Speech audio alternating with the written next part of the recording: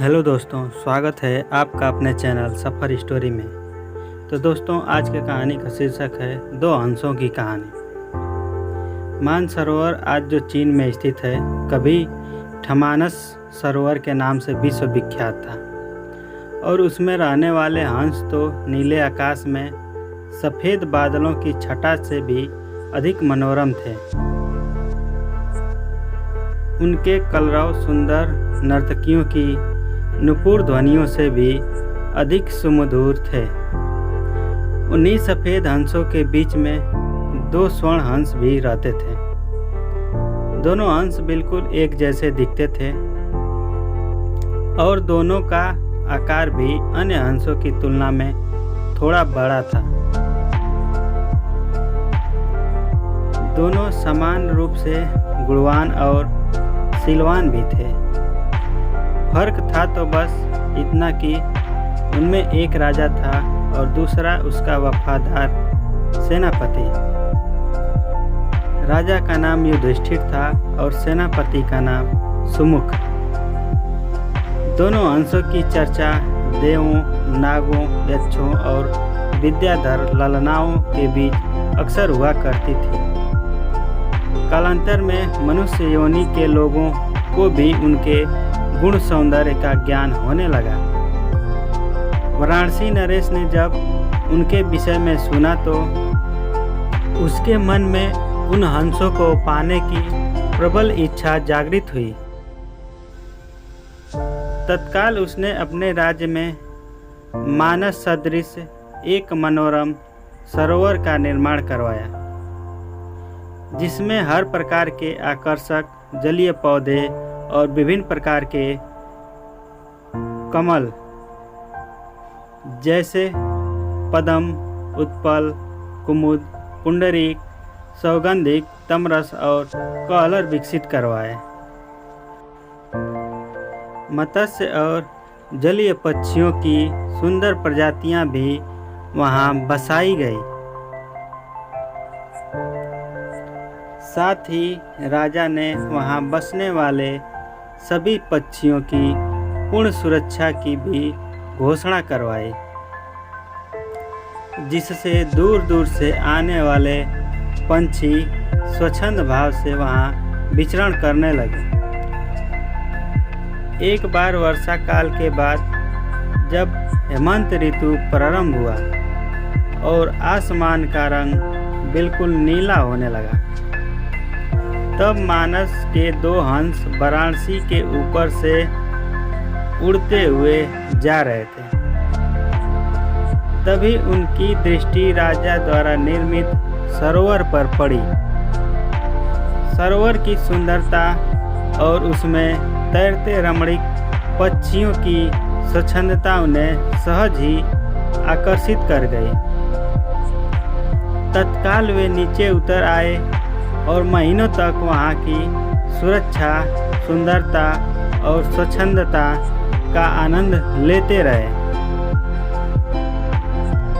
अंततोगत्वा वर्षा ऋतु के प्रारंभ होने से पूर्व वे फिर मानस को प्रस्थान कर गए। मानस पहुंचकर उन्होंने अपने साथियों के बीच वाराणसी के कृत्रिम सरोवर की इतनी प्रशंसा की कि सारे के सारे हंस वर्षा के बाद वाराणसी जाने को तत्पर हो उठे। हंसों के राजा युधिष्ठिर और उनके सेनापति सुमुख ने अन्य हंसों को इस योजना को समुचित नहीं माना। युधिष्ठिर ने उनके प्रस्ताव का अनुमोदन न करते हुए यह कहा कि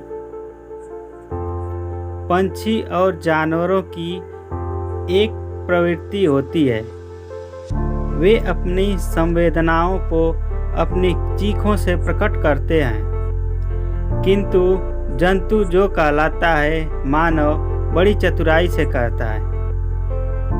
अपनी भंगिमाओं को प्रस्तुत जो होता है उनके भाव के ठीक विपरीत। फिर भी कुछ दिनों के बाद हंसराज को हंसों की जिद के आगे झुकना पड़ा और वह वर्षा ऋतु के बाद मानस के समस्त हंसों के साथ वाराणसी को प्रस्थान कर गया। जब मानस के हंसों का आगमन वाराणसी के सरोवर में हुआ और राजा को इसकी सूचना मिली तो उसने अपने एक निषाद को उन 2 विशिष्ट हंसों को पकड़ने के लिए नियुक्त किया। एक दिन युधिष्ठिर जब सरोवर की तट पर स्वच्छंद भ्रमण कर रहा था, तभी उसके पैर निषाद द्वारा बिछाए गए जाल पर पड़े। अपने पकड़े जाने की चिंता छोड़ उसने अपनी तीव्र चीखों से अपने साथी हंसों को तत्काल वहां से प्रस्थान करने को कहा, जिससे मानस के सारे हंस वहां से क्षण मात्र में अंतर्धान हो गए। रह गया तो केवल उसका एकमात्र वफादार हमशक्ल सेनापति सुमुख। हंसराज ने अपने सेनापति को भी उड़ जाने की आज्ञा दी, मगर वह दृढ़ता के साथ अपने राजा के पास ही जीना मरना उचित समझा। निषाद जब उन हंसों के करीब पहुंचा तो वह आश्चर्यचकित रह गया, क्योंकि पकड़ा तो उसने एक ही हंस था, फिर भी दूसरा उसके सामने निर्भीक खड़ा था। निषाद ने जब दूसरे हंस से इसका कारण पूछा तो वह और भी चकित हो गया, क्योंकि दूसरे हंस ने उसे यह बताया कि उसके जीवन से बढ़कर उसकी वफादारी और स्वामी भक्ति है। एक पक्षी के मुख से ऐसी बात सुनकर निषाद का हृदय परिवर्तन हो गया। वह एक मानव था, किंतु मानव धर्म के लिए वफादार नहीं था। उसने हिंसा का मार्ग अपनाया था और प्राणातिपात से अपना जीवन निर्वाह करता था। शीघ्र ही उस निषाद ने अपनी जागृत मानवता के प्रभाव में आकर दोनों ही हंसों को मुक्त कर दिया। दोनों हंस कोई साधारण हंस तो थे नहीं। उन्होंने अपनी दूरदृष्टि से यह जान लिया था कि वह निषाद निसंदेह राजा के कोप का भागी बनेगा। अगर निषाद ने उनकी जान बख्शी थी तो उन्हें भी निषाद की जान बचानी थी।